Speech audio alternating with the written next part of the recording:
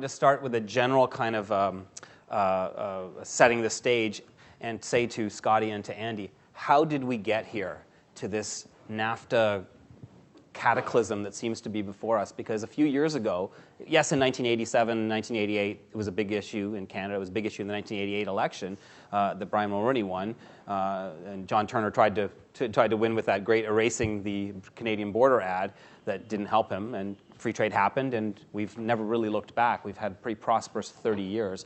How did we get to this awful place that we are right now? Scotty, if you want to.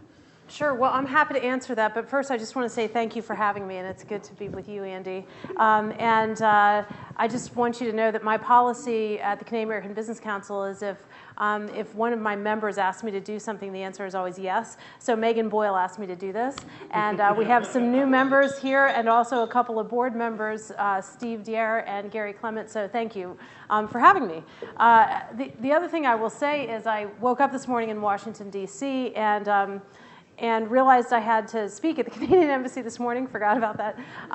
But anyway, did that, perfect, made the flight, all good. But the thing that dawned on me this morning and thinking about tonight is, everybody's talking about NAFTA, and they're going, well, it's a 23-year-old agreement, it's old, it's in need of modernization. And I think only in NAFTA do people think that 23 is old, and I'm now thinking that maybe it'd be better to start worrying about it when it's 50 and just let it go for a little while longer. But your question, how do we get here? So you alluded, Barbara, and you did too, to this notion that in Canada an election was won or was fought, and Brian Mulroney ultimately won on the question of free trade with the United States. And Prime Minister Mulroney did a very good job in the Senate Foreign Relations Committee in Washington just last week, recounting that tale. And so how did we get here? We haven't had that political debate in the United States, actually. And we're starting to have it now. But so I think it's one of those things where in the United States, nobody paid attention to NAFTA at all. And it was sort of a political debate in Washington. President Clinton and Speaker Gingrich at the time kind of worked it through. But then after that, it just went into being, and nobody talked about it, and everything was sort of fine. And in Washington, no fire trucks.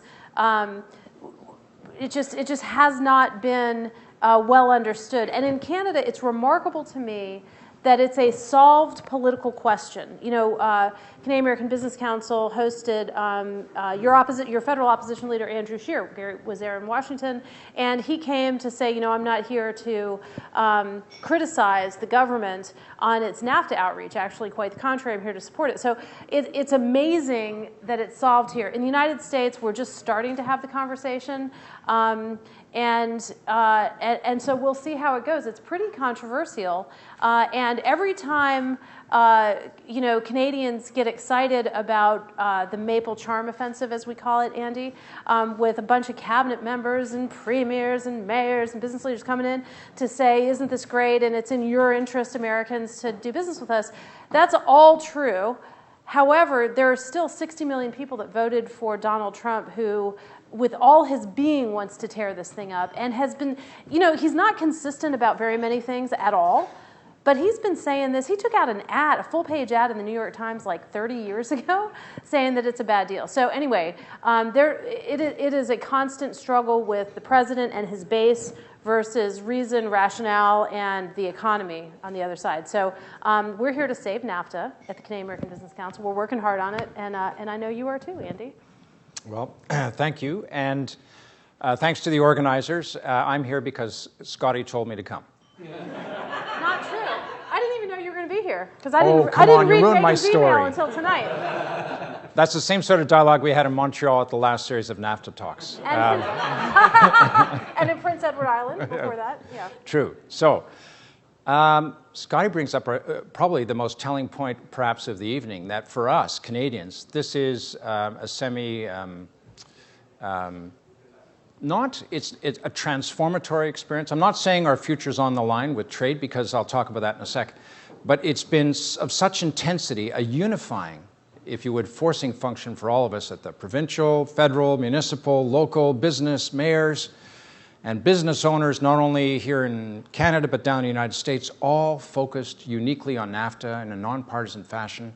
We have gotten much better, faster, smarter at what it is we do with our American friends, how much we trade. For example, did you know that we invested more in the United States in 2016 than they invested in us?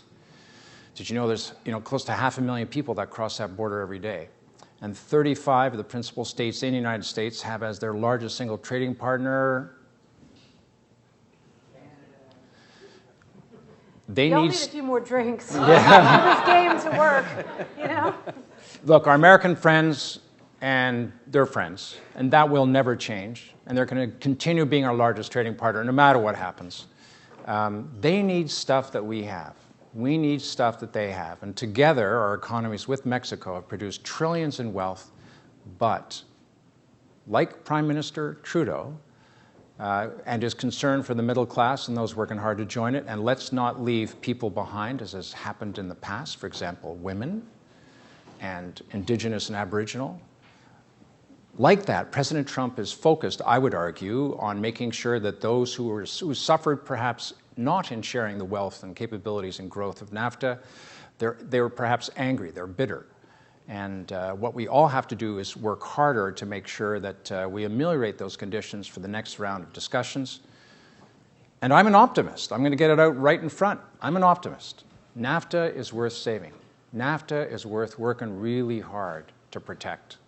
Of course, there's things that have to change, but I'm seeing some encouraging signs south of the border. Don't forget, I'm an optimist. Can I just add one more thing to that? So, Gary and Steve, I can't remember if you were with us in Montreal when the Canadian American Business Council, hosted Prime Minister Chrétien and President Clinton for a conversation about how it's going. Actually, it was part of our promotion of our book. I'll just get a plug in now. It's at Indigo if you want it. With Faith and Goodwill. It's 150 years of Canada-U.S. friendship, and it has prime ministers and presidents through the years. And the appropriate to the Empire Club, the title comes from a Winston Churchill quote about Canada and the United States. Anyway, so we did this President-Prime Minister series last year, and they all talked about NAFTA because they all have opinions on it. So Carter and Clark, Bush and Harper, and Clinton and Chrétien. But what Bill Clinton said about this is, after we fought so hard in the Congress to pass the thing, we then did nothing at all about the definite dislocation that was going to happen in certain key areas. We didn't do anything about that. We kind of knew it was coming, particularly with cheap labor and all of that in Mexico. So you could sort of see textiles, that whole industry was going to leave North Carolina, and it started to happen. And the policymakers kind of let it happen and didn't deal with it. And what I think about now in this context is you think about our energy and electricity trade, and you think about a president who campaigned on revitalizing coal country and bringing those jobs back and all that.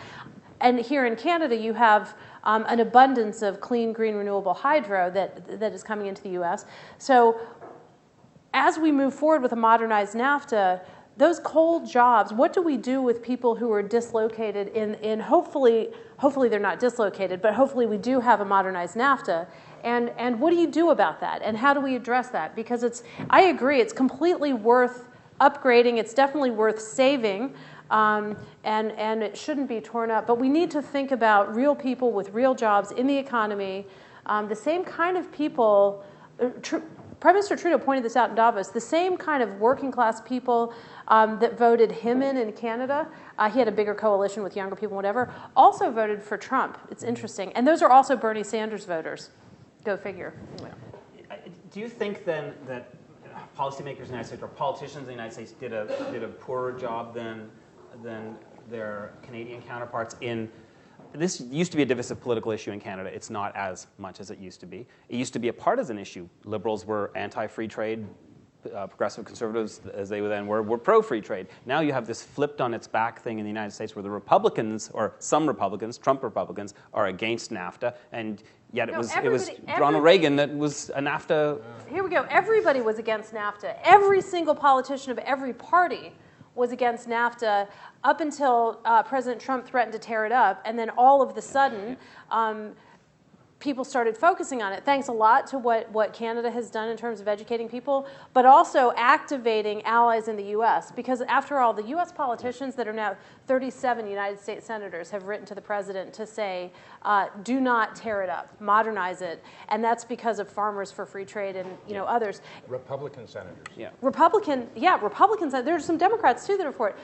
But that is because of their self-interest. And that never would have happened had it not been completely threatened. So that, I mean, if there's a silver lining, that's part of it. Well, you mean the awareness? The awareness of, you never appreciate something till it's gone. Right. And it's fixing to be gone. And in my many voyages down there, Scotty's point about it not being front of mind for the average CEO, unless he's got massive business interests from Canadian or Canadian investment. Or she, well said, is very apt. And people kind. That sounds like a bad joke. Anyways. It was. Both times. So moving on beyond that, as mentioned, for us it's been vital. And it's acted as this unifying force that's gotten us all talking off the same sheet of music, more or less. But down in the United States, the interests still remain relatively parochial and, of course, local. And now that, as Scotty mentioned, it's actually being threatened and it's getting closer and closer to the crunch time in terms of perhaps resulting in an up and down vote on the Hill, the politicians are actively engaged now. And that's where we're seeing a whole bunch of energy, pressure, if you would, to deal with some of the contentious issues that still remain outstanding after what have been actually 6 rounds, which have resulted in some pretty good changes, modifications, suggestions to make NAFTA better. Do you think that anyone has thought about or thought enough about what prices would look like, what the job situation would look like if there was no NAFTA? So there's a lot of scenario building. I'm a consultant, and we build scenarios, and people pay us a ridiculous amount of money to try to imagine the future. And the scenarios are, okay, so let's say the president officially notifies Canada and Mexico that the United States is withdrawing. What happens? That starts a 6-month clock, after which the U.S. could withdraw but might not withdraw. So that's the kind of the zombie NAFTA scenario, some people call it. If the U.S. withdraws from NAFTA, would we snap back to the Canada-U.S. Free Trade Agreement? That's a scenario. Ambassador Lighthizer said just the other day, maybe we negotiate a bilateral deal with Mexico first, and then we get to Canada when we get to Canada. So there are like a lot of scenarios out there. And people are looking at tariff levels, and they are looking at what happens to their supply chain. One of the unfortunate, from a Canadian point of view, I suppose, things that's occurring, though, is given the uncertainty of will you have duty-free access into the United States if you locate outside of the United States? Will there be Buy American preferences? Will there be problems with inputs like steel and aluminum? There are business leaders around the world that are saying, you know what, if I have to make a decision now, I'm just going to invest in the United States. And would that be, does the president then say, see, I'm a genius, right? My plan worked. The danger, of course, I hasten to add with that, and why the president shouldn't claim credit for that, is you can quickly get into a more expensive supply chain and a retaliatory situation where all of a sudden we're in a BC Alberta situation.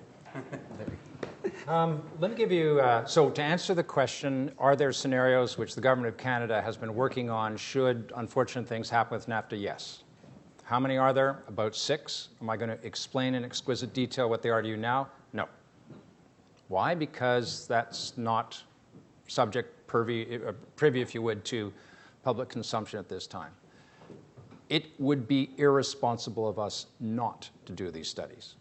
Just like there's consultants working on it in other parts of the world, we, in terms of the ministries that are involved, which are just about all of them, have got a variety of scenarios mapped out so that if this happens, we will respond thusly. Let me give you a little example, though, of this tariff issue that's come up recently. And let's take something in which the numbers are relatively public, softwood lumber. Now, strictly that is outside of NAFTA. There's already been 4 rounds of countervailing and anti-dumping duties imposed, and those cumulative totals are around 20%. So the United States said, hey, we're going to put a 20% essentially tariff on Canadian softwood lumber going across the border. Because you're cheating. Just kidding. Whatever the allegation, whether these same allegations that have been made 4 times in the past, we've taken the United States, the World Trade Organization, we've won every one of the 4 times, we're going to win again. No, she didn't say anything. Okay, we're Probably. good. No, it's probably true. The U.S. will ignore that. But here's a really neat result, which was predicted, by the way, by a bunch of folk in our Department of Commerce and people down in the States and elsewhere. So the United States has a vast desire for wood. They're high consumers, and they have to have 30% of their stocks of wood provided by Canada because it's most cost-effective because of low transportation costs. So bottom line is we provide 30% of their wood. And of course, that means that the demand is finite. When you put tariffs on, you force the smaller players out, unfortunately. Thankfully, very few jobs have been lost in Canada as a result, much more so in the United States. But here's the bottom line. All the corporations who are involved in producing the wood, 20% tariff, what do they do to the prices? They increase them by 30%. Well, it's 30% now, so someone's well up to speed.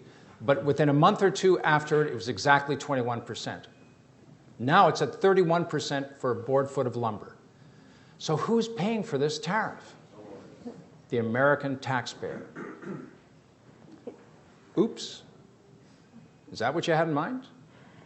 So this is a pretty good example of what can happen. It's a really good example, and there's actually no daylight between us on this issue. I just want to tell one little story about lumber to further illustrate Andy's point, which is, so my youngest kid plays baseball, and one of the other, you know how you make friends with the other parents of the other kids because you're there forever? You know, baseball doesn't have an ending time, you know? And so anyway, one of the dads works for FEMA, the Federal Emergency Management Agency, and after the storms, we had some really horrific storms. There was a lot of Hurricane Irma, all that. There's a lot of rebuilding that had to occur, and this guy is just deep in it in FEMA, and he's up to his ears in the rebuild. In Puerto Rico, and on one of these long games, you know, he's on his phone, you know, trying to work. I'm still working, watching our kids, and he says, "Oh yeah, Canada." He goes, and he is not, you know, I know that Canadians are focused on the softwood lumber trade dispute, like that's a thing people know about, but in the United States, like no real people really know that, and so he just knows something about me is, you know, faintly maple, you know. So he says Canada. He goes, "You do Canada stuff, right?" Yeah. Can you? We need a whole bunch of plywood and a whole bunch of wood for the rebuild. Do you know people, like, do you know the Irvings, or, you know, do you know? And I was like, yes. Small problem. You know, so the U.S. government is going to punish you for trying to source that wood. Anyway, so it is counterproductive for us to do this. It is equally counterproductive, I might add, for Canada to have the high tariffs it has on e-commerce. You know, there's a penalty. If you want to buy something online in Canada, anything over $20, you have to pay a penalty to the government of Canada for the privilege of buying it, and the government loses money while it charges you that penalty. So it's a big disincentive to buy online, which is no big deal if you've got the thing in your local store, you can just get it there. You'd probably prefer that. It's no big deal if you can drive across the border, you know, because the limit is higher. But if you don't live near the border and you need to get that thing, why are you being penalized with a tariff by the government of Canada? You don't have to answer that, but I'm just saying they go 2 ways. You can if you want, but It's a trade war. drop the gloves. Let's go. Scotty and I are friends, but nothing more than that. But think of us being married for 24 years, American, Canadian. We've had a great relationship. It was a lot of fun in the beginning, and it's still a lot of fun now. But there's some modifications. You got me nothing on Valentine's Day. I'm we weren't losing even in the this same fight, cities. aren't I? There's some tweaking that's required. There's some changes, maybe a tiny bit of counseling. We've got to go on a cruise together. We've got to go out and do some sports. But there are certain friction points which arise, which we've got to sit down and discuss as adults. Now, the good news is we have a mature relationship. And in our case, it's actually been going on for a couple hundred years. We've literally bled together in wars. We've grown up alongside each other. In my case, 30% of my family are American, and that is replicated in many other families across Canada and in the United States. So NAFTA has served our 2 nations, our 3 nations, extraordinarily well. President Trump's a businessman. He understands the bottom line. Prime Minister of Canada is really focused on the middle class and trying to make sure he protects Canadian jobs. The exact same is true of the Mexican president. So NAFTA has and is worthy of work, no doubt about it. And there are some friction points, as I've already mentioned several times, but I'm confident we can solve them. So let me just recap. Lumber is toothpaste cap, and e-commerce is the toilet seat, right? Is that, just to recap. What about the unintended consequences for the average American who lives in Michigan and goes to buy a Ford Focus that suddenly costs him $68,000 because of NAFTA's not, because of, the tariffs on a car that goes back and forth the border 4 or 5 times as it's being made? Such a good question, and that, the answer to that really speaks to should we go bilateral versus trilateral, right? The Mexicans coming into the Montreal round were really worried that Canada would just say, you know what, to heck with Mexico, because we know how President Trump feels about Mexico, right? His very first campaign launch, he said that Mexicans were murderers and rapists. Not all of them, but, And so he is highly offensive. You think you're offended by Donald Trump? You got nothing on the Mexicans. They are really ticked off about him. Now, the thing is, the Mexicans were worried that the Canadians would say, let's just cut Mexico loose. Canada said it wouldn't. The business community, for which I work, says we got to stay trilateral. But to your point about autos and that Michigan person trying to buy a Ford Focus, if you didn't have inputs from Mexico in the way that you did, you would make North American automobiles way less competitive, way less cost effective than imports from other places. And so the way we work it now is really important. The other thing I would just say about autos is what is bizarre about the U.S. position on autos. There's this debate about the amount of content that has to be North American and American for the new NAFTA, right? And the U.S. comes up with this proposal. It's currently 65%. The U.S. says it's got to be 82, something like that, and half of that's got to come from the United States. This has been a major point of contention in this NAFTA talks.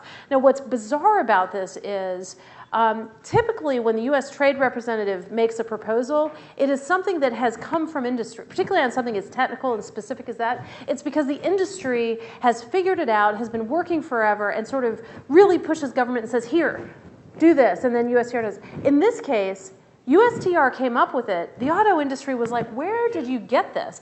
And so in Montreal, there's a conversation with some members of Congress. I don't know if you were in the room for this part of it, but they, the members of Congress who have heard from the auto industry and from us and others. By the way, this was the Ways and Means Committee, the subcommittee on international trade, who are decision makers on the future of NAFTA as well.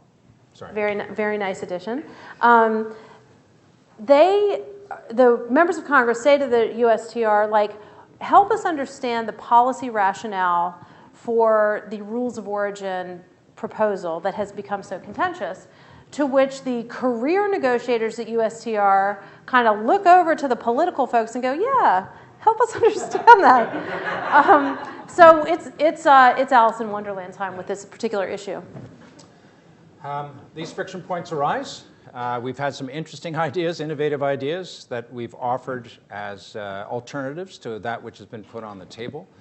I'm also told by professional negotiators, and as an aside, the 3 negotiating teams, as Scotty's alluded to, the Canadian, Mexican, American, in terms of the professionals, they get on very, very well, and they've been doing this for many previous trade agreements. So there's good technical exchanges that happen all the time. But most of the actual most of the agreement arises the closer you get to the finish line. So it's like a jigsaw puzzle. There's a whole bunch of lower-level things that have been agreed on. But the really big ones that are sticking, those probably won't come due, if you would, until round 7 and who knows, round 8. Have they actually announced round 8 yet? Well, we think Washington. Yeah. The bring your art of the deal for that. Autographed copies. I am getting, not the hook, but the hook. These guys are getting the hook. No, we'd like to open things up to questions if anyone has. Or as we say in my household, questions or compliments. So without revealing my age, I do remember free trade before NAFTA, or FT as they called it. And if I'm not mistaken, I think free trade had happened for a few years, and that was sort of unraveling, and then NAFTA trumped it. But it was never really dismantled, free trade. Right. If NAFTA was ripped up, would we not revert back to free trade? Maybe. Possible. That's a scenario that could happen. It depends on the Congress. So, one big difference that's important to understand is in our system from your parliamentary system is we really do have the separate branches of government that are independent and equally powerful. And so when free trade agreement, the president gets to negotiate a free trade agreement or withdraw from one, but there are implementing statutes along the way, whether it's the customs statutes, whether it's food and ag, whether it's tax codes. So Congress has a gigantic role to play. And a lot of members of Congress have said that they would not only resist withdrawing from NAFTA, but they would have something to say about if we did withdraw, what do you snap back to Canada, U.S., or something else? Yeah. But Scotty, to that point, to use a Canadian analogy, should proponents of the current NAFTA or the status quo rag the puck till the 2018 midterms and then see what happens with the new Congress, or is that possible? It appears to me that seems to be the Canadian game plan today. Nope. So Steve Rahul. Now they're dropping the gloves. Steve, no, we don't have to disagree. But Steve Rahul, your chief trade negotiator, said yesterday that this is going to take a lot longer, and he's not wrong. I mean, trade agreements usually take years, right? They're highly technical. They're like 28 working groups. Like, this is really complicated, detailed stuff. So it would be better for it to be negotiated forever and ever and ever and not torn up. Like, our view is, let's have the status quo, because it's, NAFTA isn't perfect, but it is much better than the uncertainty that you would have if you withdrew. Almost everything you said I agree with, almost. The intent is not to rag the puck. It's the Americans, of course, who've asked for the NAFTA renegotiations. But we're looking at two things. We're looking at the elections of the Mexican president coming up in the summer, and there's a variety of potentialities there which certainly are worthy of talk later on. There's also investment uncertainty. So there's a lot of cash out there that's accrued to a variety of investors over years, and it's looking for a home. And we would like to see that invested not only in Canada, but in the United States and Mexico. But because of the uncertainty about NAFTA, if you would, the future, the really big corporate investors are holding off. So where are all those new factories that should be opening, or at least the announcements? Where is that vast amounts of currency which we know is out there, and it's going to be repatriated under some scenarios to either the United States or Canada or both. But it's missing in action right now. And that's a lot of wealth, that's a lot of jobs that creates. The relation, yeah, you can go, but I'll just say the relationship will continue. Canada, U.S., ministers will still talk to each other. People will still be grumpy. They'll fight about, different things. And it would be an unmitigated disaster to withdraw from NAFTA. So it's a terrible idea, really bad for the economy. I'd hate to see what happens to the markets. But the relationship doesn't end. We're still, married. Scotty, I didn't know. Hey, guys. Hey. So I'm with General Electric, and we also do scenarios. They don't pay me as much as you, Scotty, but we also do scenarios. And there's a lot of talk of tariffs, but we started running our numbers, and subsequent WTO rounds since NAFTA have actually lowered tariffs on a lot of stuff. Yeah. It's not as big a thing as the media sort of makes it out to be. Mm-hmm. One thing that is going to be a big thing is the thickening border, and we don't have, there's been a generation of public servants since we basically had to man the border at that level. So Andrew, you're in government, you get the tough questions. Can we get that manpower to the border in order to manage that effectively and make sure that there's not 3-mile long convoys of trucks waiting to cross? We will get the woman power there as required. Yeah. So I had the privilege to be at the White House for the first meeting of the Prime Minister and the President, and am I allowed to tell you? Yeah, whatever. So in the office. No. That's okay. It's Jared fine. Kushner doesn't have security clearance either. No big deal. Ouch. Moving on. True. The President and the Prime Minister had a good 15 to 20 minute complex dialogue, a whole bunch of really entangled issues about the border and how they were going to ease administrative backlogs, how they were going to expedite the flow of goods, services, and people across it both ways. As a matter of fact, they both turned to their respective officers. In your case, the Secretary of Homeland Security, who was John Kelly, and in ours it is and remains Ralph Goodale, and directed them both to work together to minimize the administrative overhead to actually get it done. And you know what? Enormous levels of progress have been made. But there are still, and there are emerging sticking points. Because very often, loyal workers at subordinate levels will see the tone and character of whatever their big chief is saying and may take it upon themselves to inspect an additional carload of calves that's moving from the south to the north, or a trainload of cars that's moving from north to south to have the wiring harness put on. Now, these aren't official policy statements, and when such occur, they should be reported to both the American and Canadian authorities so we can mitigate against it. But people are very, very keen and focused on making sure this border remains and actually improves in terms of efficiency. But there's also a good talk about extending the perimeter outside, the exterior perimeter, and how more resources were required to do that to make sure that we could defend each other in a comprehensive fashion against emerging threats, which in part explains the 70% increase announced by the Prime Minister's government a couple of months ago, additions to defense and border. The border is a question of resources. I agree with the staffing observation that you make. And I've been saying this since before Amazon joined the board of the Canadian American Business Council, so I feel free to say it again now that right in front of you, sitting in the damn front row. But I think that there is sort of a basic deal to be done between citizens and government about the way we want to run the border. Because to the extent that you want a more efficient border, we're pretty good on goods, actually, but for people, we have a lot of work to do. You give up information about yourself. You know, you do a retina scan, you have a security check, and it makes it easier. It was quite easy for me to come into Canada today. I didn't have to talk to a person. I had to look at the Nexus machine and all of that. But you have to make a decision about whether you're willing to do that, because it should be like, more like buying something on Amazon, which is so easy. Amazon suggests things to you. Like if border agents could sort of just know a lot about the people and everything coming and going, there would be more availability to look at the riskier stuff, because those aren't Amazon Prime members. Those are newcomers. But that's a debate, and Canada has to continue to have that debate about, as we jointly manage our border, how comfortable is Canada sharing intelligence and sharing information in return for ease of going back and forth across it? And so anyway, that's an important conversation. Hi. You teed me up perfectly for my question, which is all about kind of tech in the new digital era. So I work for an organization called the Council of Canadian Innovators. We work with high-growth scaling technology firms from across Canada.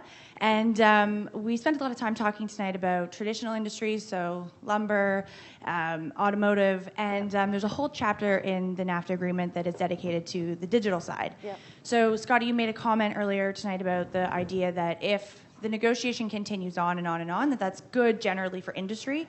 Well, better than tearing it up. Okay, but, fine, yeah. Sure, in contrast to.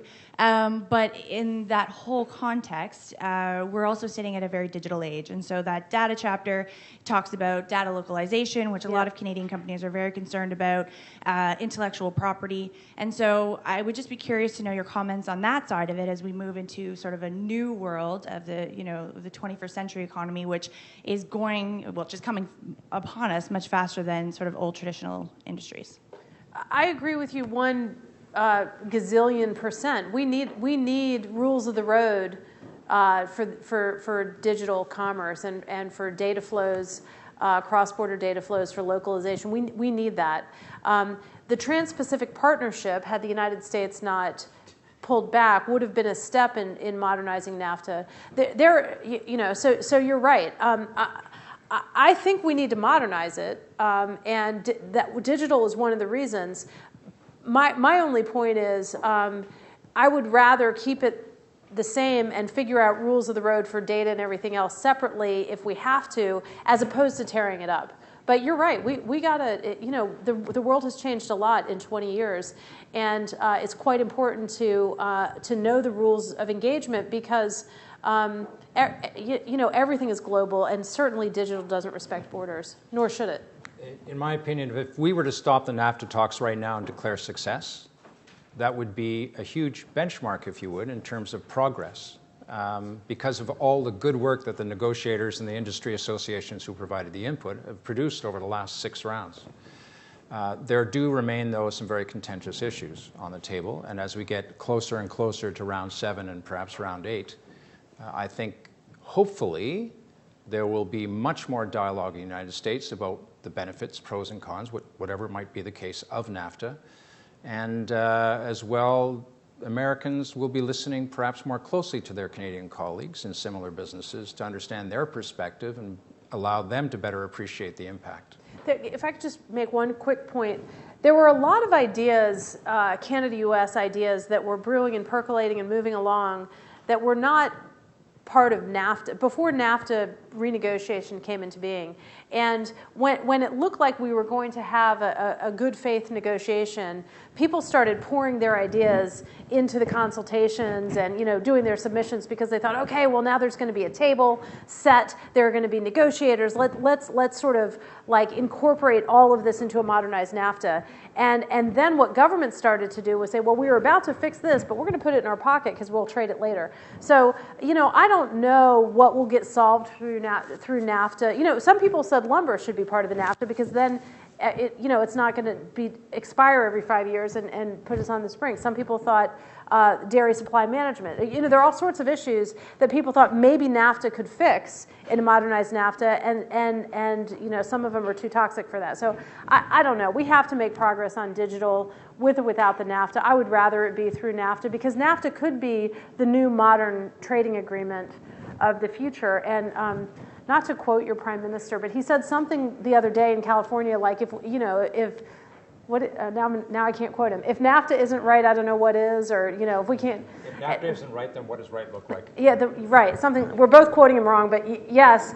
And I would say I would say from an American point of view, if we can't get it right with Canada, who can we get it right with? So.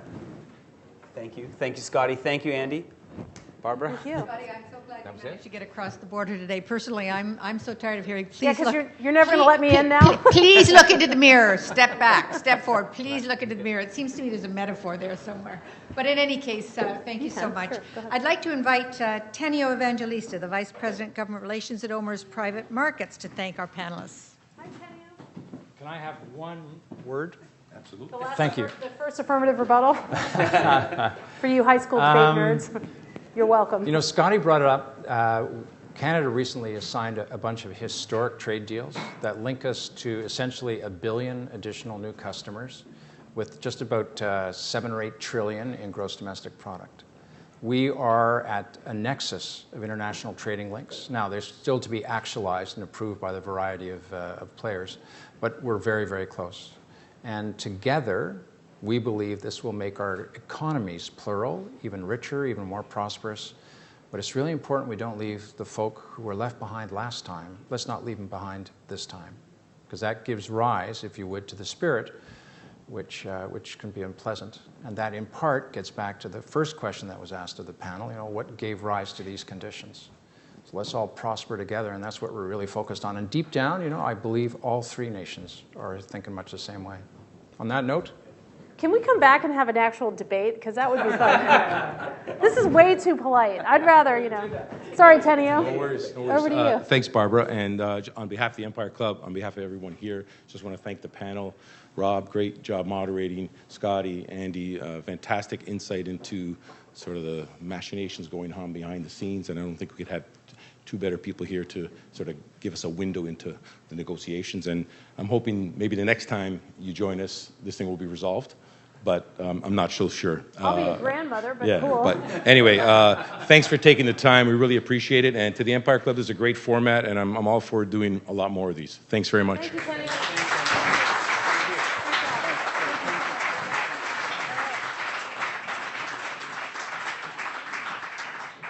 You know, the Empire Club has a handful of staff, but mainly it's run by volunteers, and we work very hard to bring these issues to the public forum, but we couldn't do it without our sponsors. And so we're very profoundly grateful for our sponsors tonight, OMERS and Labatt's and TD Bank. Thank you so much for your help in making this evening possible. I'd also like to thank, sorry, go ahead.